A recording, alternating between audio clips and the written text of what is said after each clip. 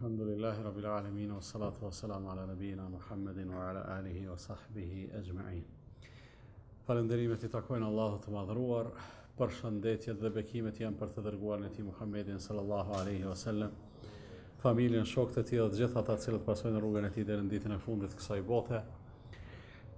Qysh e kemi lënë sonte do të shoqërohemi me pjesën e mbetur të asaj që kemi lënë pa thonë. Në vërtet, prej asaj që na mundum me thonë se pa thonë na gjithnjë lojmë shumë gjana, lidhur me ajetin 100 të surës Jusuf, në të cilin Allahu I madhruar e përmend atë që e ka pranuar Jusufi alayhis salam pas gjithë peripetive, gjithë vështirësive, gjithë sprovave të cilat I ka përjetuar në jetën e tij, e që sigurisht që nuk kanë qenë të lehta. Domethënë kanë qenë shumë të vështira, shumë situata interesante, edhe mas gjithë asaj, Jusufi alayhi salatu wassalam në një farë mënyrë nuk është anku, edhe kjo e bën këtë lloj të njerëzve të veçantë. Kjo punë e bën këtë lloj të njerëzve të mëdhej. Pse? Se përjeton në vështirësi, I kalon ato me faqe të bardhë dhe krahas gjithë kësaj nuk ankohet. Përkundrazi, Jusufi alayhi salatu wassalam pas gjithë atyre peripetive çka ka thonë? Inna rabbi latiful lima yasha. Allahu, Zoti im, është shumë I mirë. Pse? Për arsye se gjithë ato sprova I ka përjetuar si mirësi të Allahut fuqiplot, dhe s'ka dyshim se po të ishte e nevojshme që veç me një fjali me përmbyll pse lavdërohet Jusufi alayhis salam në Allahun fuqiplot, do të ishte përgjigjja se I ka të I kalu sprovat me faqe të bardhë dhe gjithsesi është fitimtar. Pastaj na me lejen e Allahut në dersin para 2 javëve kemi folë për disa manifestime të kësaj mirësie në jetën e muslimanit dhe na kanë mbet edhe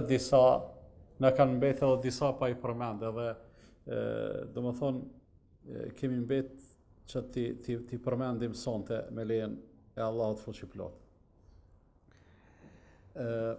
Prej mirësive të Allahut, prej mënyrës se si besimtari duhet ta kuptoj, ta përjetoj, të bindet se vërtet Allahu është I mirë me neve pavarësisht se dunjaja nuk funksionon sipas andjeve tona, sipas dëshirave tona. Dunjaja funksionon sipas një rendje dhe ligjit të cilin e ka parapa Allahu fuqiplot, e që në shumicën absolute të rasteve nuk përputhet me ato që kena qef na. A është e vërtet që apo jo?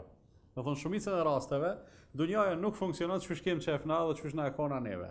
Por prap na duhet me konsideru se me këtë Allahu është tregu shumë I mirë me neve. Allahu është tregu I mirë me neve edhe kur na sprovon me disa sprova, edhe kur na I cakton disa fatkeqësi. Do thonë ta çon Allahu I madhruar një musibet. E ta jep mundësin ty me çka me bë? Me bë sabër. E kur ta jep mundësin me bë sabër, çka ke bë? Ti çfarë veprimi ke bë?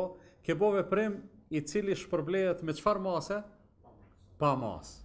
Domethënë, ta ka dhënë Allahu mundësin me e punu një punë e cila e ka pagesën shumë të madhe. Tash shiçoni vllazën. Fatkeqësitë edhe gjanat e pakëndshme që na ndodhin, pra sigurisht na e prishin qefin, a është kështu apo jo? Na e prishin disponimin. Po çka do të më kujtu njerit në ato çaste? Në ato çaste njeriu do të më kujtu se në fatkeqësi do të më bë sabër. Kur arrin me bë sabër, tani do të më e pas parasysh se për sabër Allahu shpërblen shumë. Sa shumë nuk dim me kallëzu sa shumë. Pse? Se Allahu I madhruar ka thonë innema yuwaffa as-sabiruna ajrahum bighayri hisab, vetëm durimtarve Allahu a jep shpërblimin pa llogari, pa mas. E tash fatkeqësia që po ta prish ka qefin apo bëj ka me këshyre dhe pozitivisht, gjithsesi besimtari e shikon atë si një mundësi që Allahu I madhruar ja ka dhënë. Gjithsesi fatkeqësia në një farë mënyrë pak detyrimisht e thën egon e njeriut. Ja ul pak kokën, edhe kjo është absolutisht e pakontestueshme. Dhe kjo ndoshta e bën njeriu kur është I thym në atë gjendje, e bën që të tjerëve pastaj më ju dhimbë. A e keni pas sa njeri është për shembull që ndoshta nuk kemi shumë muhabet me ta, Mirë po kur i ndodh një fatkeqësi, krejt njerëzit nxitojnë me shku edhe me ngushëllu, me shku me e pa që thonë te na. Pse? Për arsye se ai bjen në asnjë pozicioni që për një më bëhet me udhim të njerëzve. Tash paramendon çfarë gjendje është çaj person. Le të sheshojmë na pe jashtë. Po në çfarë gjendje është ai? Ai është në gjendje të një përulje maksimale, të një thymje e cila besimtarit sidomos, domethënë ai që është besimtare përballet me sprova të kësaj natyre, thymje e cila e bën atë shumë më të përulur ndaj Allahut fuqiplot. Edhe kjo përulje te njeriu, sa më shumë që të vjen në shprehje, ajo shndrohet në çka? Që po e riformuloj pyetjen, ha? Pret. Po e formuloj pyetjen. Përulja sa më e madhe që të jetë prej anës njeriut, shndrohet në çka? Brava. Shndrohet në afërsi tek Allahu. Pse? Ku e kemi shembullin? A kemi shembullin konkret te sejdja?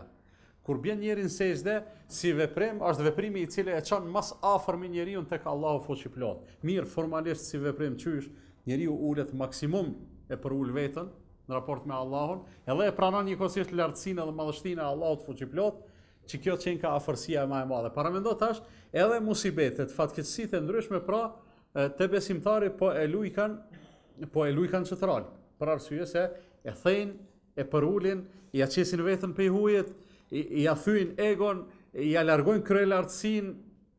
Po flas ndoshta disa gjëra te besimtari janë hipotetike ose disa ndoshta nuk janë shumë evidente, por në mas të madhe mendoj që çdo njëri prej neve ka njerë ndoshta për shkak të harresës, nganjëherë për shkak të komoditetit, të luksit, të mirëqenies që vazhdimisht e përjetojmë, ndoshta fillojmë edhe me harru faktin se na veç si të përulur edhe të nështruar ndaj Allahut duhet me funksionu. E tash kur është njëri në situatë këtill, s'ka dyshim që me Allahun lidhet më tepër. E keni pa natyrshëm njeriu në gjendje të frikës është më i devotshëm, më i sinqert. Në gjendje të smundjes, në gjendje të sprovave të ndryshme, kur ka telashe të ndryshme, gjithsesi e sheh se krejt ato lidhjet që i ka rëndom me njerëzit, kur është rahat, ka shumë shok. Mirë, po kur është ngusht, e sheh se krejt ata shok, asnjëri s'ia mush synin që eventualisht mundet me ndihmu. Kush i mbetet? I mbetet Allahu fuqiplot. Edhe çështu duhet me kon. Se fundja edhe ata çka kanë, që realisht mundën me pas mundësi me të ndihmu, ato i kanë prej Allahut, kështu që s'ka nevojë njëri me i marr prej dorës dytë. Natyrshëm çdo njeri po synon me i marr gjanat prej dorës parë se kalon më mirë me to. Edhe te përkrahja, edhe te zgjidhjet, ofrimi i rrugdalëve kështu me radhë, domethënë njëri gjithsesi shumë më mirë kalon kur lidhet drejt për drejt me Allahun fuqiplot. Folëm për sprovat pra. Prej mirësisë së Allahut fuqiplot, që tash qysh do të me këshyra edhe prej një kandi tjetër punën e sprovave. Në ndodhin sprovat edhe njëri e këshyr thot, elhamdulillah që ma ka qua Allahu një sprovë cilën muj me e përballu. Edhe derisa e përballoj mirë edhe ashtu qysh duhet, do më thonë Allahu do të më shpërblej për atë sprovë. Edhe unë ja shoh hajrin asaj sprove, se bona më i fortë edhe në dunja.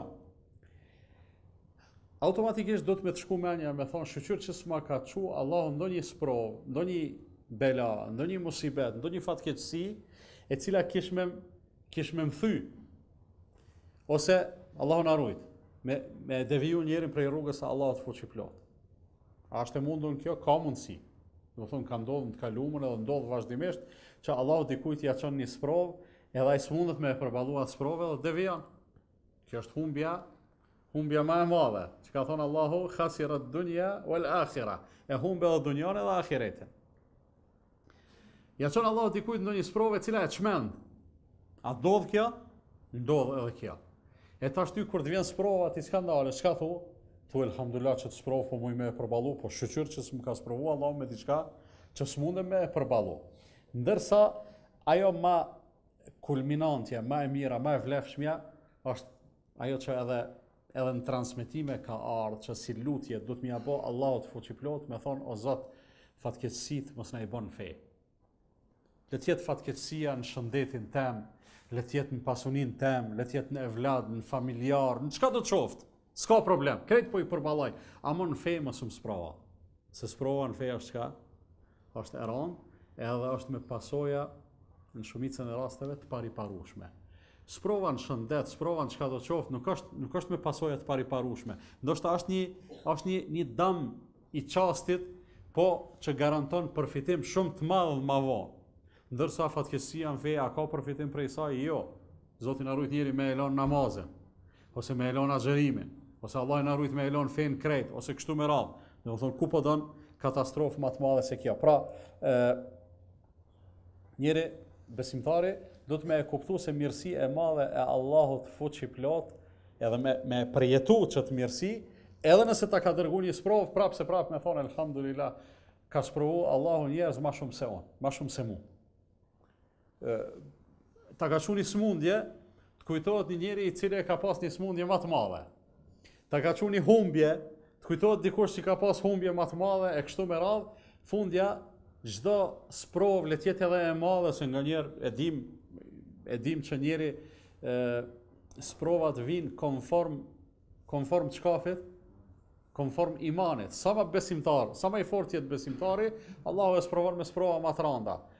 Pse? Ku është logjika e kësaj? Po veç pse Allah po e zgjedh, veç pse e bën, ha? E don me shpërbly më shumë. E tash dikuj don me i dhon një shpërblim më të madh, ja e punën pak më të rënd, se atë punë dikush do të më e bë, ama edhe shpërblimin ka më e madh, ka më e marr të madh. E kështu besimtari do të thonë sprovohet, do të thonë ka njerëz që kanë edhe sprova shumë të rënda, mirë po prapë në raport me nëse dojmë me bë krahasim të thjeshtë, mos me hyn detaje e në shembuj të ndryshëm, në raport me sprovën në fe, subhanallah. Në raport me dikon që u kon besimtar, u bë jo besimtar. Në raport me dikon që u falet, tash s'falet. Në raport me dikon që e ka njoft Allahun, tash e mohon Allahun. Po çdo sprovë është e rëndë, edhe me marr me ti kput gjymtyr, turte, komte, me ti nxjerr syte, me ti prej veshte, sana në kënej, po zemra është hala funksionale, gjuha është hala funksionale. Edhe ti je në lidhje të mirë me Allahun fuqiplot, këtë këto s'bën me i qajt. Kalojmë të një pik pak ma e lumtën, do më thoni kalum pak atë kapitullin e sprovave. Prej mirësive të mëdha edhe të pakufishme të Allahut fuqiplot është një gjatë cilën na për një mend do të me e përjetu, do të me ndi në jetën tonë, është kur Allahu ta jep mundësin me jetë përpara. E dini, besoj tonë e kemi përjetu një lloj fillimi, i cili detyrimisht njeri është i atill, kur njerë nuk mundet fillimi me qenë me kapacitet 100%. Gjithmonë e kemi pa, nisjet janë me shpejtësi të vogla, tani shkon të rrit shpejtësia. Edhe çdo punë që e bën njeri fillon me pak, masandej shkon të e shtu atë punë. Edhe ecja rrugës së drejtë. Çdo njeri ka kaluar për një procedurë të gradualitetit, ku për shembull dikush ka filluar mas pari me i fal xhumat, e masanej tu e shtu ndaj vakte, derisa ka arrit në 5 vakte, masanej tu e shtu edhe do obligime tjera, tu i lon do harame, tu i shtu do senet mirësjellje, se kështu me radhë, derisa asha vetën që elhamdulillah ka arrit dikon. Edhe pse pajtohemi të gjithë që zban me u knaq, se në momentin që knaqesh do më thonë ke stagnu. Mirë po, detyrimisht njeri ka me e pa vetën se është dikon mirë. E tash, kur e sheh se je mirë, gjithsesi duhet me e ditë se Allahu ta ka mundësu me arrit deri shtu ku ke arrit. Edhe Allahu është ai që ta mundson me vazhdu më tutje, me hec përpara, deri të arrish atje ku është destinacioni i fundit, që është xheneti. Ta mundson Allahu i madhruar me u taku me shoqni të mirë, nëse don dikush me analizu, po çysh erdha unë deri këtu ku jam?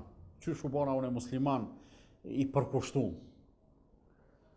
Ta ka mundësu Allahu, për shembull, një shoqni të mirë, ose ti ka mundësu Allahu do prind të mirë, ose ta ka mundësu Allahu me u taku me një njeri që ndoshta rastësisht i taku me to, po ja ke pa hajrin, ta ka thonë një fjalë e cila ka shkaktuar ndryshim në jetën tënde, ose të ka rënë dorë një libër i cili ti ka qelë syt, ose e ke ndigju shumë rastësisht një ligjëratë e cila ka ndikuar që ti me bë kthes në jetën tënde e kështu me radhë. Tash krejt që to sebepe, a ndodhin rastësisht, apo i kurdiz dikush. Për neve janë rastësisht. Pse janë për neve rastësisht? Për arsye se na nuk dim. Shumë gjana nuk e dim çu funksionon dunjaja. Për neve kanë erë rastësisht lind dielli, për çata kemi nevojë me e këshyrën sa është lindja e diellit edhe sa është perëndimi i diellit ose namazi akşam, se s'dim kur gjë.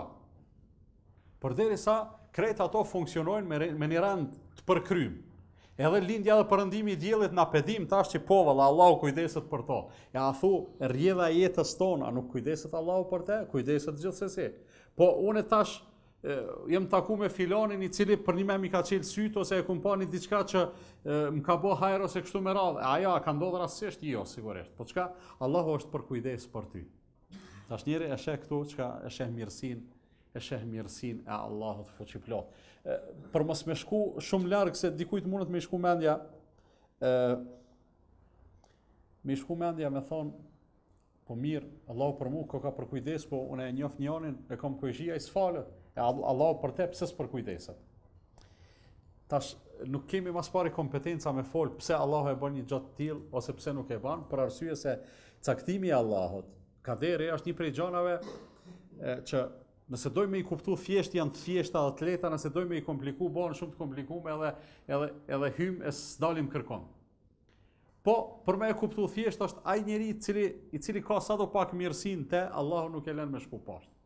Allahu atë mirësi e kultivar edhe jep mundësi me urrit ma tepër, dikush që s'ka hajrën te, Allahu e lën me vazhdu çashtu. Fundja nuk është shumë interesant në atë kuptimin, nuk është shumë me rëndësi që na tash të marrim edhe t'i qesim njerëzit në peshoj. A thu filoni pse s'po fal ka s'pas ka kur far hajrin to dhe Allahu për çata e pas kalon, s'është punë e jonja kjo. Punë e jonja është me thonë elhamdulillah Allah që më ke udhëzu.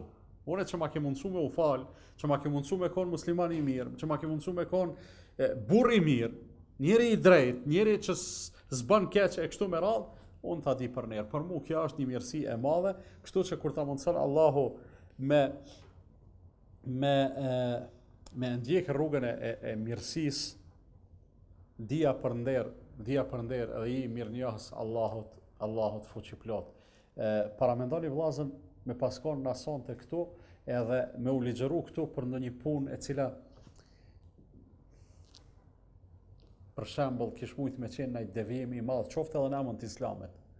Me ul dikush edhe me na kallëzu qysh, për shembull, qysh Allahu s'është as nalt, as poshtë, as djathtë, as majt, as kështu, as ashtu, qysh Allahu është gjithkohën, qysh Allahu ku e diun se çka, ose me paskon na për shembull dikon ulën çështu, edhe më çu dikush me ligjeru me thon Zoti, biri i Zotit, ati hyo, shpirti i shejt, nona e Zotit e kështu me radhë, edhe tash na si besimtar kishim dëgju.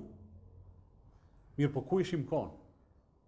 Kështu që neve Allah na e ka mundësu me njoftë Allahun ashtu qysh duhet edhe ashtu qysh realisht e pranon edhe logjika, e për këtë arsye kjo është një mirësi jashtëzakonisht e madhe. Mirësi e Allahut janë edhe gjunahet. Çto do të më e kuptu, po jo para se më ndodh, me thonë në kofshin mirësia e Allahut në shkova pra. Jo. Do të më e përjetu masi ka ndodh. Një gjuna cilin e ka bërë një person.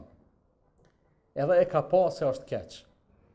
Është vetëdijsu, e ka brejt në ndërgjegja, i vjen keq, ka hjek dorë, ka vendos kur mos me e përsërit, ka kërku falje për Allahut fuqiplot.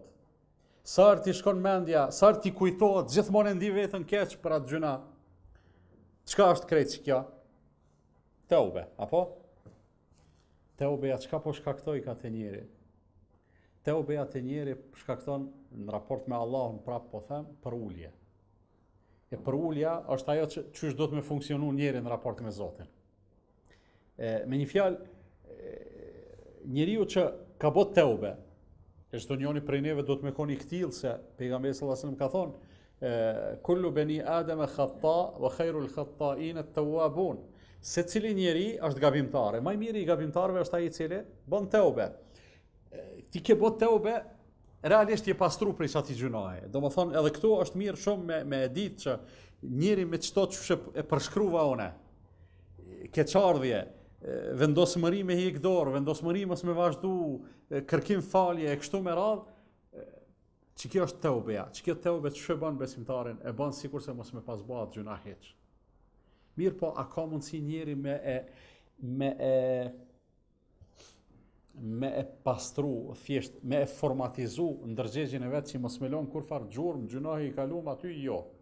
Një dozë e keqardhjes ka me mbet. Çaja doza e keqardhjes çka i bën njerit më së ndej? E ngrit halaman atë, e bën halama të mirë. Kur kanë bërë dietarët krahasimin mes njerëzve edhe me laçeve, kanë thonë njerëzit janë më të mirë. Njeriu mundet me kon më i mirë se meleku. Pse? Se thotë njeriu mundet me e bëni ibadet që melekët s'u bojnë. Ajo është ibadeti i teubes. Melekët s'munën me bë teube. Do të thonë është një mirësi e madhe edhe këtë procedurë, këtë mënyrë që është funksionon jeta. Edhe këtë mundësi që Allahu neve na e ka dhënë do të më përjetu si mirësi të madhe të Allahut fuqiplot. Mandej s'ka të bëjë me neve, ka të bëjë me mirësinë e madhe të Allahut fuqiplot. Njëri kur hjek dorë prej të këqijave, e pastaj fillon me bot mira, edhe duke qenë i pendum sinqerisht, çka ndodh me çato të këqijat e kalume? Shndrohen vepra të mira, subhanallah.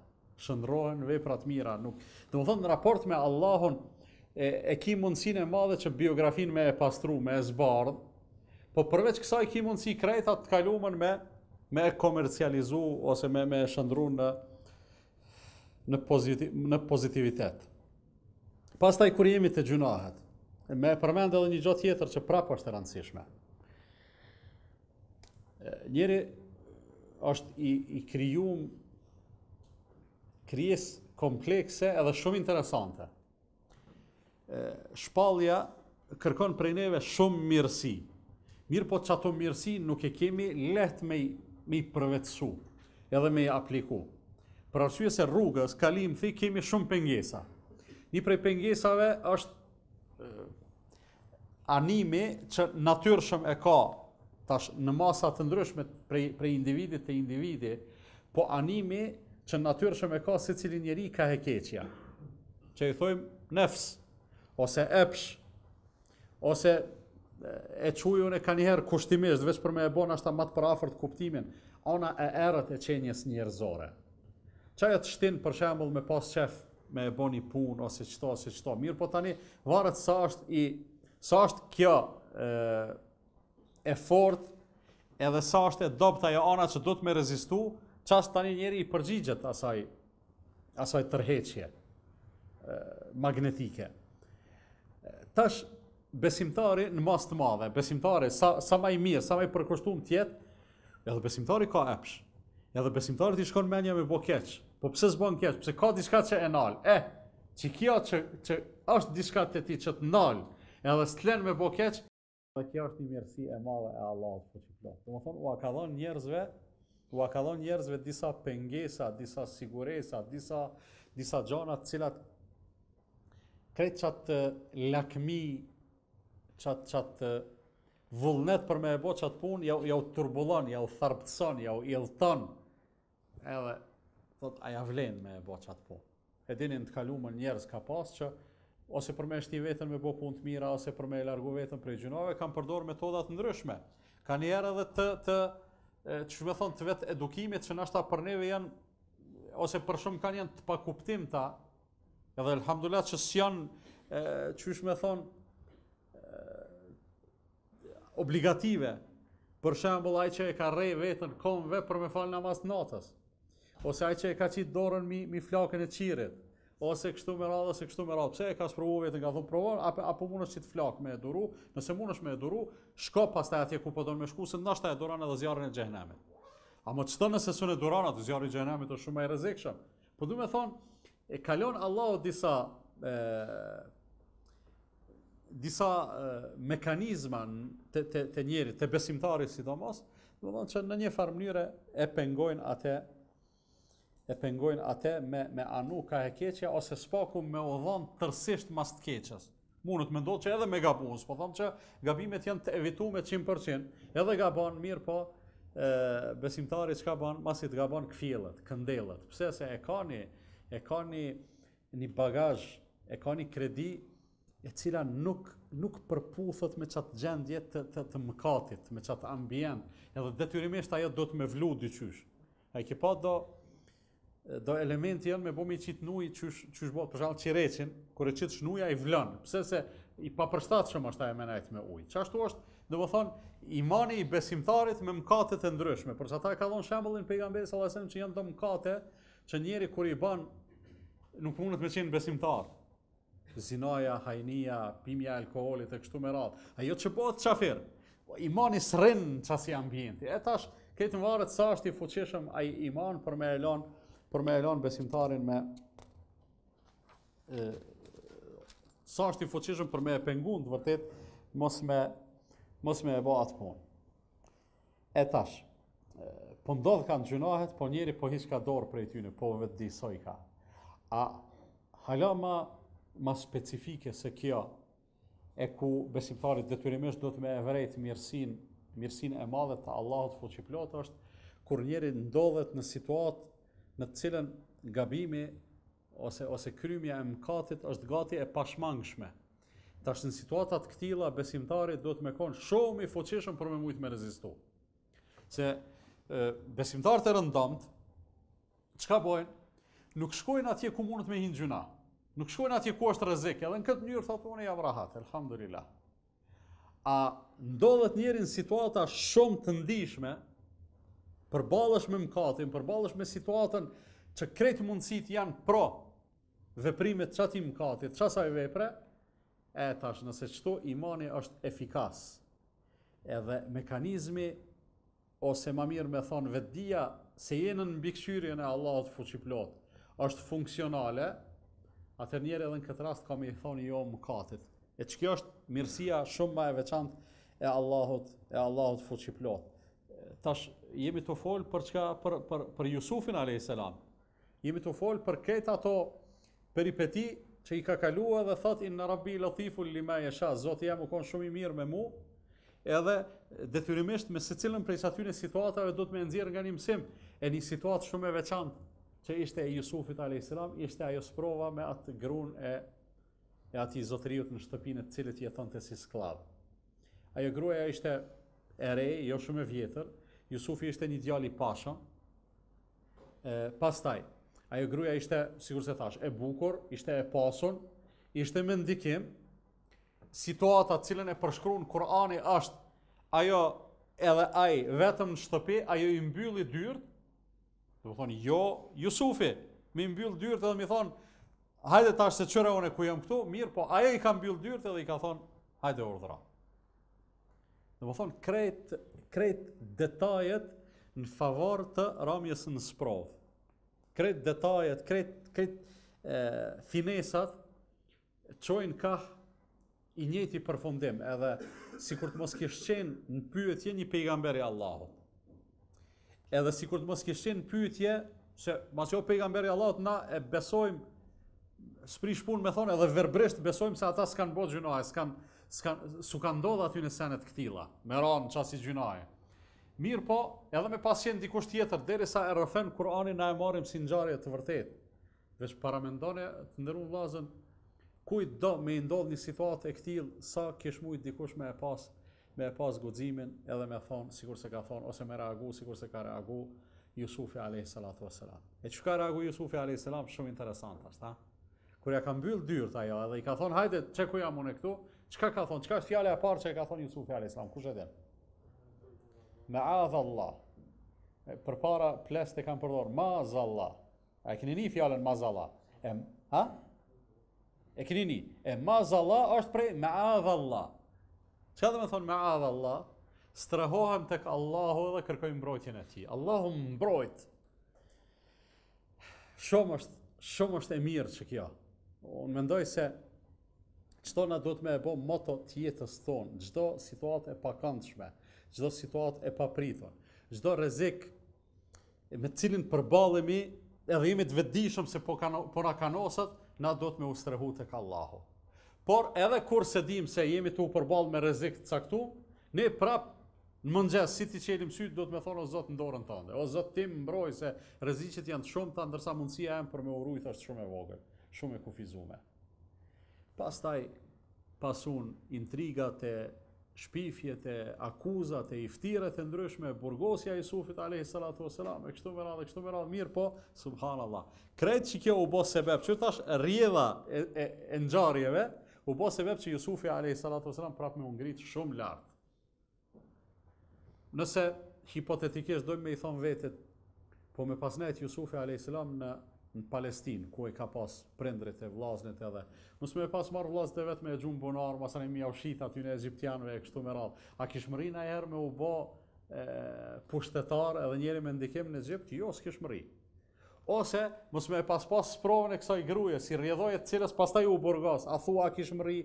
Prap mendja jon thotë jo, s'kish mri. Do të thonë çere ku është mirësia e Allahut fuqiplot, ku është mirësia e Allahut fuqiplot te sprovat cilat i çon, edhe pse neve nga njëra ato na duken të këndshme. Nëse ju kujtohet kur kemi folur për pjesën e parë, në pjesën e parë të kësaj teme, kur i kom përmend evlat edhe dikend që Allahu i madhruar e sprovon me evlat.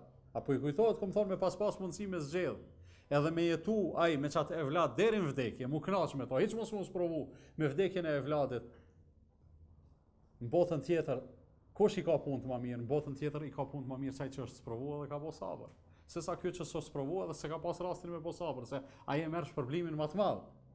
Edhe në këtë rast Jusufi alayhi salatu wasalam, Allahu e shpërbleu pa mas. Ndërsa kjo pastaj përveç që është shndërruar dhe është promovuar dhe ka mbet shëmbëltyr e përjetshme e ndershmërisë, e përkushtimit ndaj moralit të pastërt. Do thonë Jusufi alayhi salatu wasalam kur përmendet, ç'kjo i shkon mendja njerit, apo me i thon dikujt hajt përshkruama Jusufin alayhi salam me dy fjalë, çka kishte thonë? Kishte thonë u kon shumë i bukur edhe u kon shumë i ndershëm. A ç'shto apo jo? Gjatë që nuk ndodh te njerëz të bukur. Ai që ka pamje të bukur, ai më shumë ka qef ato me që me thonë me përfitu prej saj në realizimin e dëshirave të veta, intrigave të shejtanit, gjithsesi. Do të thonë shumë i ndershëm, u bë sinonim i ndershmërisë me çka? Me çto që krejt situata në favor të imoralitetit, ndërsa ai po thot me Allah. Zoti më rujt prej kësaj pune. E ka bë Allahu i madhruar se jeta e Jusufit alayhi salatu wasalam sigurisht ka pas edhe momente të shumta. Mirë po Allahu i ka zgjedhur për neve ato më të rëndësishme, ato mësimet më interesante, e kjo është një prej tyne. Mirë po, nuk është vetëm kjo. Pejgamberi sallallahu alaihi wasallam e dini se kur ka fol për ditën e gjykimit, për momentet e vështira, për çastet e trishtuese e kështu me radhë, e ka përmend një moment që ka thonë se është veç një hije. Veç një hije është në ditën e gjykimit, s'ka tjetër hije. E kujna është ajo hija? Ha? Hija e kujna është? Jo për kanë. Qysh hija e Allahut? E arshit, ha? Hija pronë e Allahut. Hija pronë e Allahut. Sikur shtëpia e Allahut, kur themi. E 7 kategoritë njerëzve kanë me hyrë çat hije, një prej tyre është një person, thotë, të cilin e fton ose të cilit i ofrohet një grua me pozitë edhe e bukur. E ky i thot, i friksohem Allahut. Çka do të thonë i friksohem Allahut? Ha? Kush din me va përkthysh shul shqip që ta. Gzem rrete. Ha do të. Çfarë? Isha ardh, po s'po guxoj pe Allah. Bravo. Do të thonë, edhe nefsi jam po thot po. Edhe ti po thu po, hajde. Edhe krejt vesh një pengesë është ama pengesë e madhe, frika ndaj Allahut fuqiplot, edhe këtë stone po i shtypi, çasaj po i përgjigjem. Allahu akbar. Tashmë e bë këtë sakrificë, këtë vetmohim, e meriton njëri për një me u shpërbly veçantë, me hin në ato grupet elitare.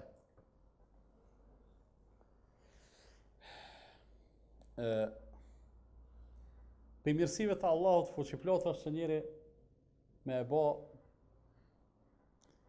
me plasu një ide të hajrit për një mirësi, e pastaj edhe nëse se kryen vetë punën, e kryen tjetërkohësh mirë, po ty prap me të ecë sevapet. A ndodh kjo me muslimanin? Ndodh. Pejgamberi sallallahu alajhi wasallam ka thonë ad-dallu 'ala al-khairi kafa'ili. Ai i cili u tregon njerëzve ç'shme bë hajër, është i barabartë me ata që bojnë hajër. Te Jusufi alayhi salatu wasalam ku e kemi këtë? Ha? A ka shembull praktik te Jusufi alayhi salam? Kur I ka thonë mbretit çore, çështo e keni punën, kanë me ardh 7 vite të begata. Pastaj 7 vite të thata që ju në çdo të begata doni me deponu për çato 7 vite të thata. Do të thonë ç'kjo është ai Jusufi alayhi salam që ka dhënë parë aty, as që ka pru dreth për Palestinë për me ushqy, mirë po I ka mësuar qysh me menaxhu edhe ja kanë pa hajrin shumë. E njëjta gjë ndodh kur njëri e bën një mirësi edhe konkrete, jo thjesht ide. E ke një mirësi konkrete, e ke dhënë një shumë të hollave për një bamirësi. A mundoshta bashkë që ato paret tua e kanë shkaktuar një ndryshim dikon që përfituesit prej asaj mirësie ta kanë pa hajrin shumë, aty se din. Ti thuj, kom dhënë 20 euro sadaka, gajle madhe, nuk është punë e madhe, ama me çato 20 euro ndoshta është bën një punë shumë e madhe. Ose hiç 20 euro, 50 cent. Sa kushton një CD? 20 cent. I ke dhënë ti 1 euro për me u shumëzu 5 CD-a, 1 ligjërat ose 5 ligjërata mi u shpërnda dikujt, e njëna për çatyne I ka rënë dorë dikujna kush e diku. Se ti nashta as se din që ekziston ai vend, edhe çka si pasojë çasaj ose si rrjedhoje çasaj dikush ka filluar me fal namaz ose dikush u udhëzu ose dikush u bë musliman.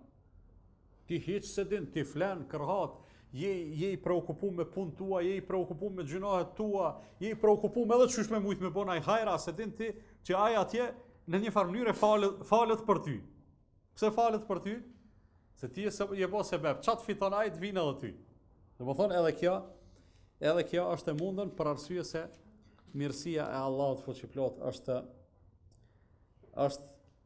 e pakufishme.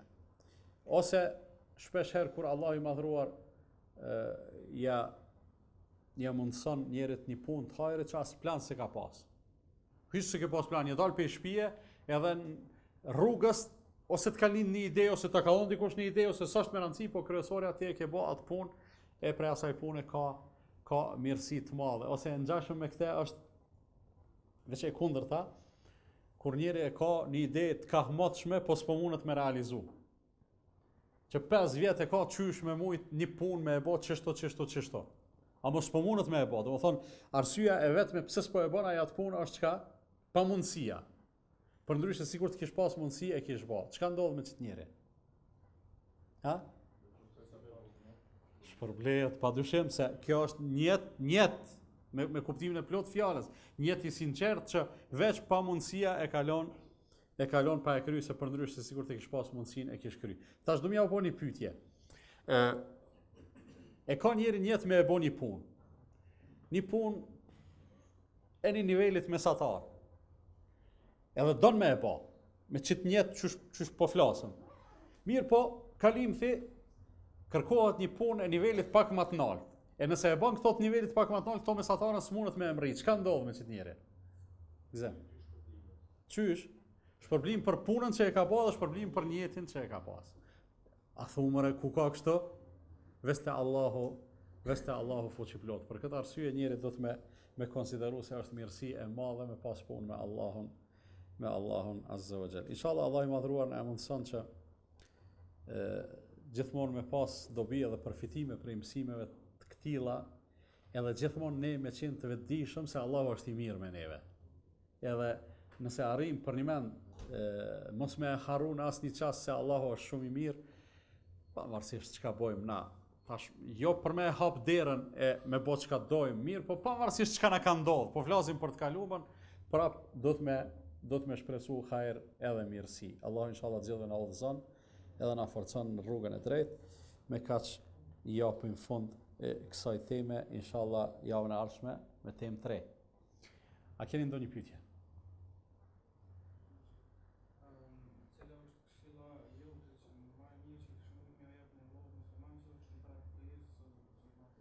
Mashallah.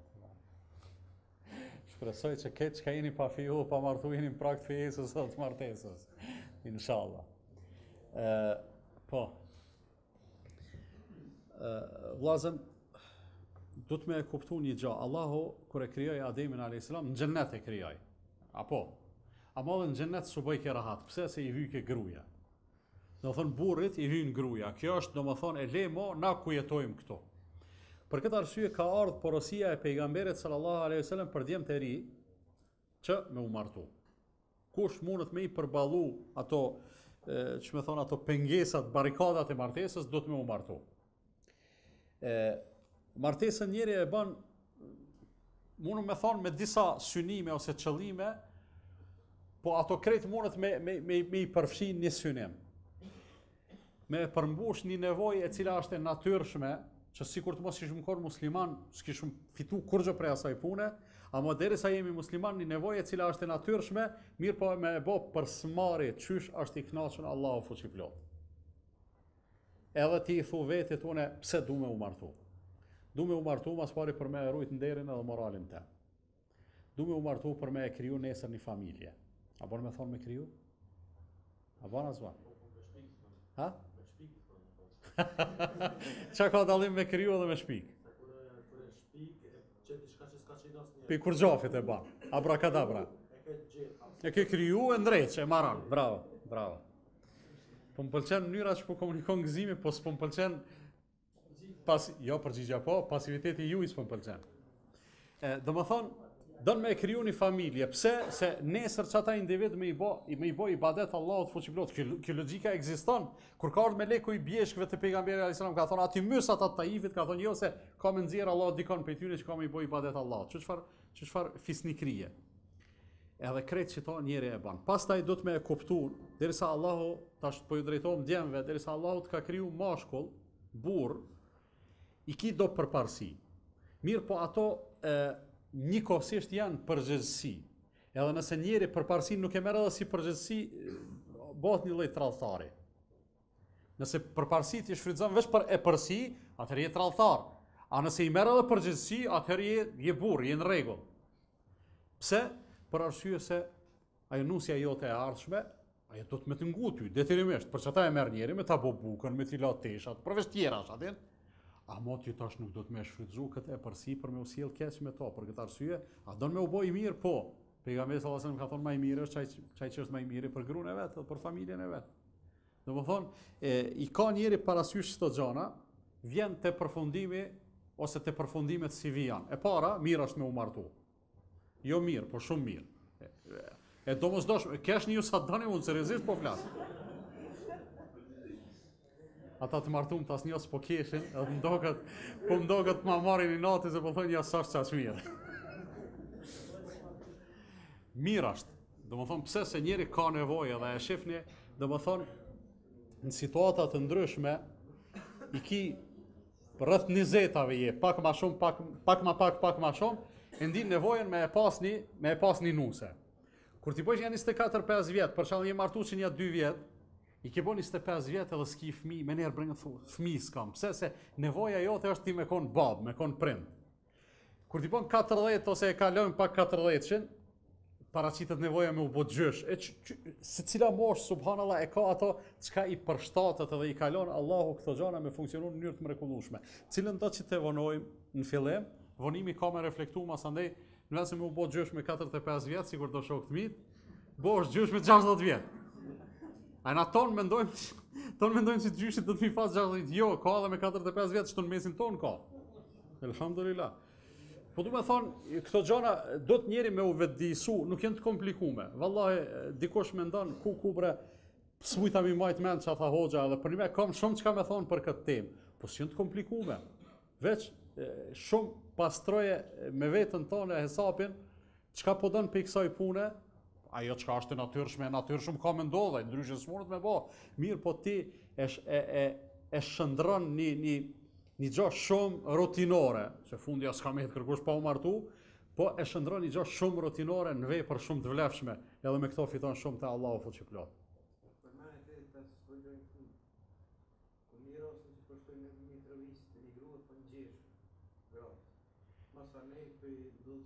Nxeshja ose trajtimet fizike ose fiziatrike ose s'po di çysh me i çujt, nëse është problemi i çasoj natyre, mundet me kanë. Kanë për shembull deformime të natyrave të ndryshme, po e zom të mitrës ose kështu me radhë, mundet me ndodh. Me rëndësi është çka? Njeri ilaçin bën me e lyp. S'ka fëmijë, bën me shku me u kontrollu te mjeku, bën me shku me kçyr çka është problemi. Veç një gjë s'bën me e bë. Jo sigurisht të dini neve shpesh a bën me shku me shkru te hoxha, po hoxha shkruan. Do më thonë me bos sihra e çpluma e kësi sena, aty s'ban se masani njeri mundet me ra atje ku është mas rreziku. Këto gjonat që janë natyrshme, ilaçin Allahu natyrshëm e kalon, edhe du të me lyp ilaçin s'ka kurfar probleme. Po jo, mundën me thonë edhe vrasjen e kalon Zoti, po i bojnë iftire Zotit. A keni ndonjë pyetje tjetër? Gzim. Apo na zhvendos për temës, apo? Për temës e kom fjallën. Kur tham kur i mëson të tjerët të hajër. Ne pe tash për një kondi tjetër. Abdullah ibn Mesudi kur ka qenë ato hyjë mbytve, ka zbrit për hyjë, s'ka po të lironi sklav, mos të foli pa bu vepër. Ajo është niveli i avancuar i devotshmërisë. Po, tash diçka tjetër. Po. Tash për shembull ka ders dikon. Unë për shembull jam Mitrovic, po si kam punë, kam shku dikon ose diçka për shku ders. A bon mi thon dikuj shkon. Dikuj ka ders shko. Kjo është ajo çka të thash unë. Ai është niveli i avancuar i devotshmërisë. Çfarë do të thonë? Nuk është pengesë ti me urdhnuar punë të mira edhe pse ndoshta vetë si sa duhet i përpikt. Ose më i thon mos e bëni çto edhe pse ti ndoshta je keq me çat punë. Sprish punë. Pse se ti funit çka je tu bë me fjalë është punë e mirë, çka je tu bë me vepra është punë e keqe. A nëse je çash burri mirë, çash fisnik thu si Abdullah ibn Mesudi, prit të liroj një sklav se s'po më fol për këtë. Ajo është po them prap niveli i avancuar i devotshmërisë. Mirë, po juridikisht nuk ndalohet, edhe nuk ka pengesë njeri me fol për një punë të mirë edhe nëse vetë nuk është halat në atë nivelin e aplikimit të asaj pune. S'është pengesë. A ka pyetje tjetër? Nëse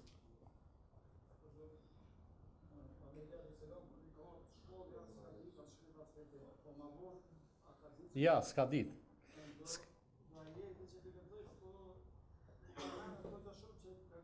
Jo, bravo. Në ajete përmendet një gjatë që thuhet yetlu alehim aya. Dikush e ka përkthyer u lexon, po jo, u citon. Yetlu është kjo ç'a po bëjmë na. Për shembull, elhamdulillahi rabbil alamin. Kjo është yetlu. Që është përmendet në ajete. A me lexu është kur e këshyri shtu edhe a pejgamberi sallallahu alajhi wasallam as ka shkruar, as ka lexu. Kjo është madje përparësi për pejgamberin sallallahu alajhi wasallam. Na pse shkruajmë dhe lexojmë, kemi përmendur natë. Shkruajmë e lexojmë për me ditë, pejgamberi sallallahu alajhi wasallam pa shkruar, pa lexuar ka ditë. Pse? Se e ka mësuar Allahu azza wa jalla. Po. Përmendet Zoti i lindjes edhe i perëndimet. Kan jo. Përmendet Zoti i dy lindjeve dhe i dy perëndimeve, edhe përmendet Zoti i shumë lindjeve dhe shumë perëndimeve. A e keni një herë sqarimin e saj? Po, dikush tha. Hajde me fizik? Që me gjeografi tash. Mirë, bravo. Me gjeografi është nishe, lindja dhe perëndimi, apo? Hajde? S'ke po mirë që i ka haru. Dhe më thënë, lindja dhe perëndimi, kur thuhet Zoti i lindjes dhe i perëndimet, përmenden si dy anë. Zoti i dy lindjeve dhe i dy perëndimeve, dietarët thonë se e dini, mos t'ja nisi tash unë juve astronomi mi u sqaru. A e dini dallimin mes astronomisë dhe astrologjisë? Nëse se dini, çaj se dini ku për ta. Astronomia është shkencë. A është? E astrologjia? Jo, s'është zanat, astrologjia është fall. Kush tha fall? Astrologjia është katastrofë. Mos harroni se kanë njerëz që ngatrohen astrolog. Jo, astrologu është keq. Astronom është shkencëtar. Dy lindje, dy perëndime, domethënë e ka dielli një kënd të verës edhe një kënd dimnit që lind edhe që perëndon. Domethënë janë dy lindje dhe dy perëndime, të verës edhe dimnit. A keni parasysh? Po çfarë kuptohet që në shumë kef kur jam çështat e Dhul Karneni që Allah tregon që ja kemi dënu, ja kemi treguar ta me mëshirë. Edhe ajeti para praktikisht kuptohet saktësisht kështu si tekst, po është që edhe ai arriti në një vend ku dielli hyri në një baltë. është diçka që s'është Nëse s'është më rëndësi, po që tash tjetra. Që tash tjetra. Gjatë secilës ditë të vitit, dielli lind në pozicion ndryshe prej ditës paraprake.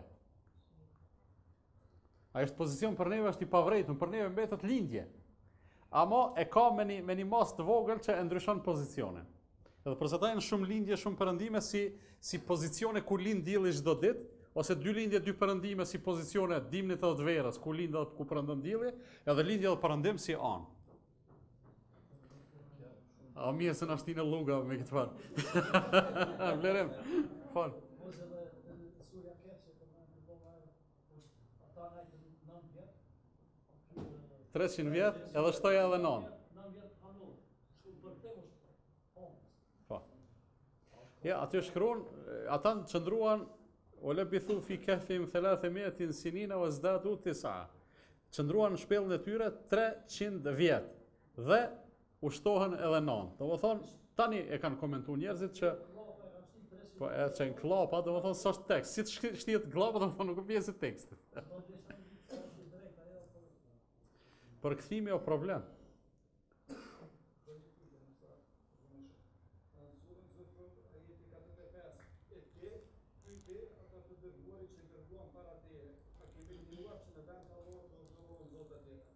Kjo është për me mohu, nuk është qëllimi që ka pas dyshim pejgamberi sallallahu alaihi wasallam.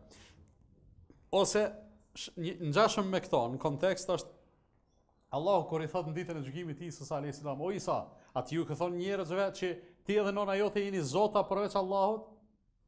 Këto Allahu nuk e bën që Isa i ka thonë, as nuk është akuz, më ju tregu atyne që kanë thonë që Isa është djali i Zotit e Zotit kështu me radhë që ky njerëz ju ka thonë, si ka mësuar kështu, ka e murt ju këto. Edhe këto që i ka zbrit pejgamberit sallallahu alaihi wasallam, më ju tregu atyne se thonë kanë erë valla na jemi pasues të Ibrahimit alayhis salam, besojnë 3 zota, më thonë. Mos janë nxjerrni bishtin. Ibrahimi alayhis salam s'ka thonë ç'shto. Kur një pejgamber para meje nuk ka thonë ç'shto. Do të thonë kjo është një farë mënyrë një lloj ashtu ja, si polemik logjike për më jamshël këtë rrugë. Do të thonë vetë pejgamber ka tjerë zota përveç Allahut. S'ka. Ç'kjo është, do të thonë kuptimi.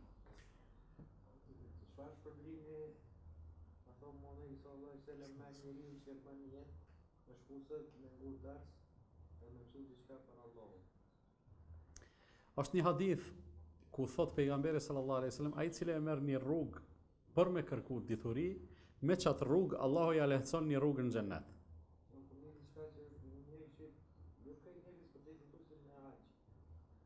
Për me hax nuk kam nik se hadithi mirë, po kërkimi i diturisë është një prej, nëse posaçërisht njëri i bën me një jetë të veçantë, me një jetë të rregulluar mirë, domethënë është ndër veprat shumë të mira dhe shumë të vlefshme. A për nuk e kam. Ja, nuk e di. Për me hax nuk e di. Mirë, atëherë Allah ju shpërblet për momentin, inshallah takohemi hera e tjera. Subhanakallahumma wa bihamdika ashhadu an la ilaha illa anta